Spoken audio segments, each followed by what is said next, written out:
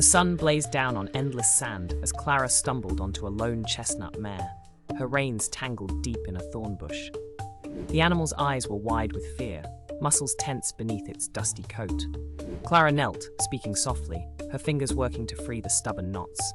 Suddenly, boots crunched sharply behind her. Jed appeared, sweat streaking his brow, hand hovering near the worn leather of his belt. "That's my horse," he growled, voice low and rough. Clara squared her shoulders, refusing to let go. "Found her wandering alone. She's mine now." Jed's eyes narrowed, shadowed by the harsh sun. "She bolted during the night. I've been tracking her since dawn, through this endless wasteland." The mare nickered, nudging Clara's arm as if pleading. Tension crackled in the dry air between them. Clara glanced at Jed's dusty boots, sunburned cheeks, and the stubborn set of his jaw. She loosened her grip, but didn't step aside. "I'll trade you for water," she said, voice steady despite the heat. Jed hesitated, then unslung his canteen and tossed it over. Clara caught it, took a grateful sip, and led the mare toward him. "Next time, tie your knots tighter," she said, half smiling despite herself. Jed grinned, swinging onto the mare's back with practiced ease. As he rode off, Clara waved, feeling the weight of the desert lift from her chest. Sometimes, survival meant more than winning a fight. It meant knowing when to let go.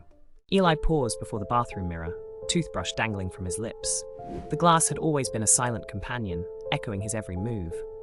Tonight, though, the air felt colder. He raised his right hand, but the reflection lifted its left. Eli blinked. The boy in the mirror grinned, a fraction too wide. Eli frowned and stepped back. The boy leaned forward. His heart thudded. He dared a wave. The reflection's fingers curled into a fist. The room seemed to stretch, lights flickering. Eli's breath clouded the glass, but the other side remained clear, eyes gleaming with anticipation. He called for his mother, but his voice echoed oddly, as if bouncing off distant walls. The reflection mouthed silent words he didn't recognize. Panic prickled Eli's skin. He spun away, but the reflection lingered in the corner of his eye, moving freely now, untethered from his motions. He ran, yet every reflective surface showed the same unfamiliar face, watching, waiting. Outside, the world bent, shadows lengthened, colors dulled. Eli squeezed his eyes shut, but the stranger's gaze pressed closer, blurring the line between glass and flesh, self and other. At the edge of town stood the Whispering Library, a place where silence hummed with secrets waiting to be uncovered. On a rainy afternoon, young Clara ducked inside, seeking warmth and shelter among the towering shelves of books. As she wandered through the dim aisles, her fingers brushed against a small, leather-bound diary wedged behind ancient encyclopedias. Its cover was faded, the clasp rusted shut from years of neglect. Curiosity sparked.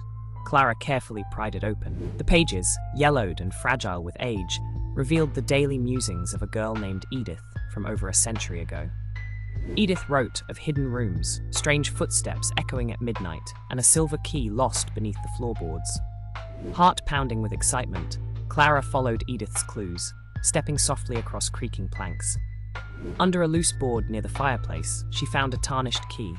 It fit perfectly into a tiny door concealed behind the librarian's desk. Inside, Clara discovered a forgotten reading nook, filled with letters, portraits, and artifacts of townsfolk long gone.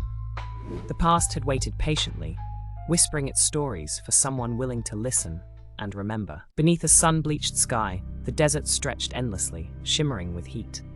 A matriarch led her herd, 8 silent giants across the cracked earth, their shadows long and wavering. The herd moved with quiet purpose, ancient instincts guiding each heavy step toward the memory of distant water.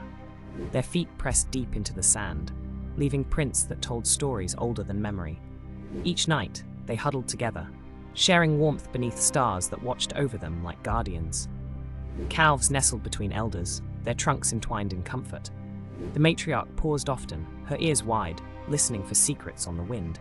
Once, they found a dry riverbed, bones and driftwood scattered, but no water.